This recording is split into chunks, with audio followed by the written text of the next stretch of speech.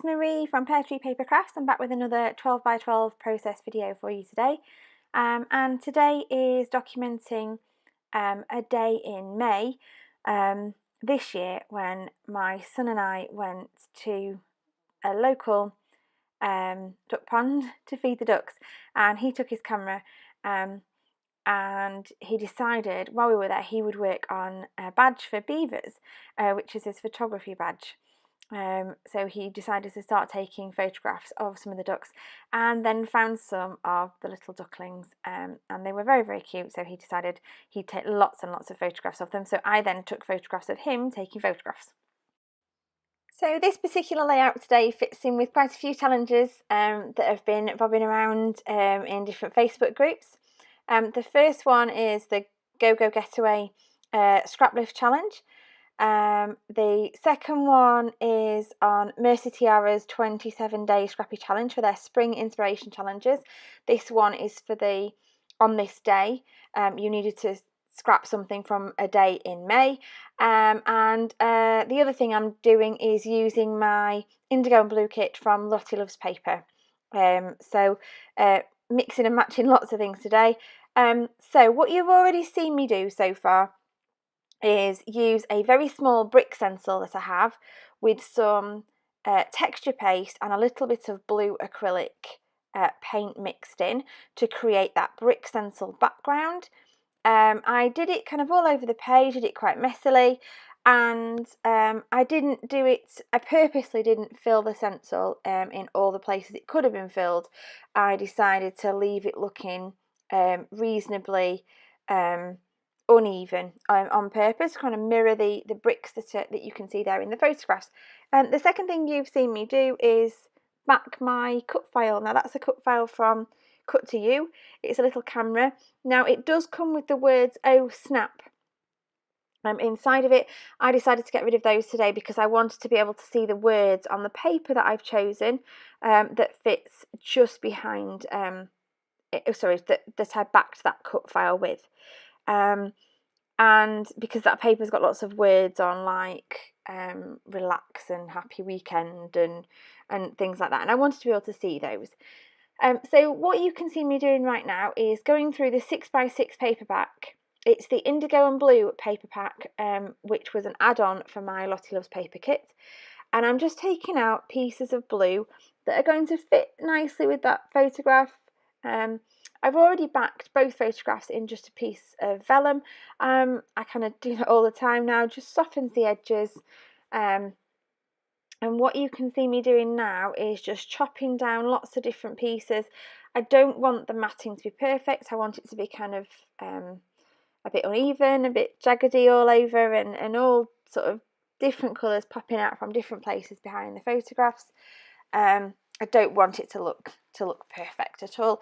There are obviously two photographs on this particular layout, so I'm just fussy cutting round the cut file now, making sure that I left it a little while just to make sure it stuck properly before I tried cutting it. I've made that mistake before and they end up falling off before they're stuck. So that's my cut file. Happy with how that turned out, and here's my background. I'm going to put a little strip of that wordy paper just across the middle there, and the two photographs are going to cover up some of those bricks. So I just leave it to one side for a minute because it is not quite dry, the matting, and I think in the end off camera I do take that sheet away and use my hot gun, my heat gun on it, because it just doesn't dry. And I did actually find that when I used my heat gun, it flattened the page out again somewhat, which was really good because I love using mixed media, but I absolutely hate the way that the papers go wobbly. I've tried all sorts. I use gesso, I put hot heavy things on when they're drying, but that seems to have worked the best. I mean, the whole page wasn't wet, but that did seem to work pretty well. So what I'm doing right now is just using some double-sided sticky tape to mat the photographs. I'm using the same bits of pattern paper from that 6x6 pad on both photographs, but I'm just not putting the paper in the same position on each one. I'm kind of doing it differently and popping bits out from different places, trying to make it look a little bit uneven. I have another look back through that paper pad, see if there's anything else, and I do find a few of these little tags from this cut apart sheet. Again, it's the 6x6 cut apart sheet that I'm using, just to get a couple of little tags to pop around the edges of the photographs. And there's nothing else in there that I decided to use. I do decide to put a little bit of this text paper behind each of the photographs as well. And then what I'm doing here is I am chopping up the paper into strips, because there are some of the sentiments that I really like, and I thought, oh, I'll turn some of these into little like sentiment stickers. I do like them, but in the end I don't end up using them on this layout, but I've just popped them with the rest of the kit to use on something else. I'm sure I'll use them at some point. There's lots of lovely different sentiments within the sheet that could be used. I'm just looking here to see if there are any more, but then I decide I don't really want to chop up any more of that paper. And then I noticed on the back that there's this lovely tag on the back of that sheet that says smile, and I think, oh, I can fit that in there. So I just quickly cut that one out and have that ready. So here's my backing paper now with my bricks on. They are now ready and dry. So I'm just going to double-sided sticky tape this strip across the middle.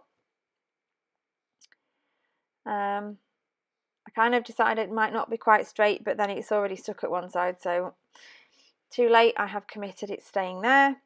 And now I'm just popping some extra bits of tape on and popping some foam on the back of my photographs to pop them up a little bit. I do also find that foam helps to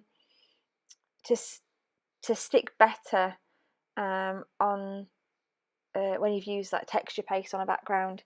It can often help it to stick. So there goes that little smile tag, and the camera's going to be popped in just at that side, and a few little tags that I'm popping in various different places. So I'm kind of using a variety of foam and double-sided sticky, so that some bits are propped up and some bits are flatter, just to make sure that things don't squash down completely.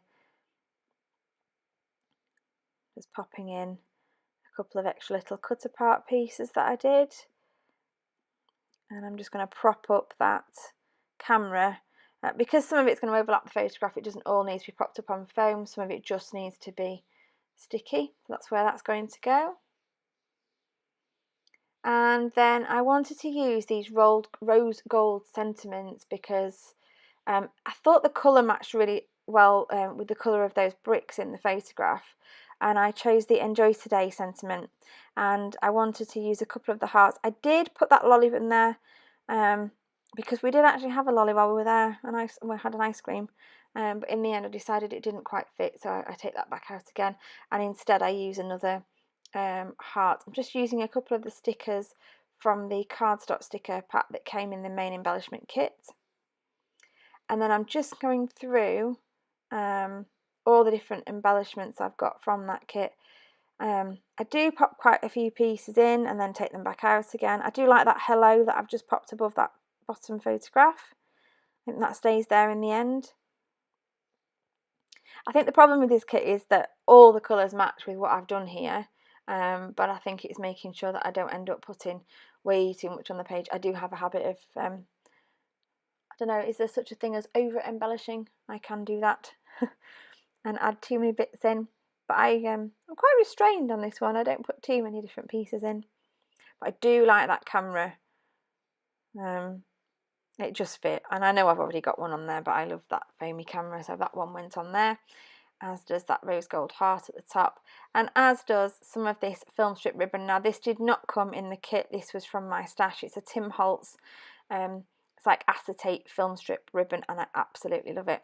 The last thing I'm going to do here is just do some rose gold splatter because that white space is just a bit too white for me. And that's it for today. Thank you ever so much for popping by to my channel. I hope you enjoyed the video. If you did, give it a thumbs up, and I hope to see you again soon.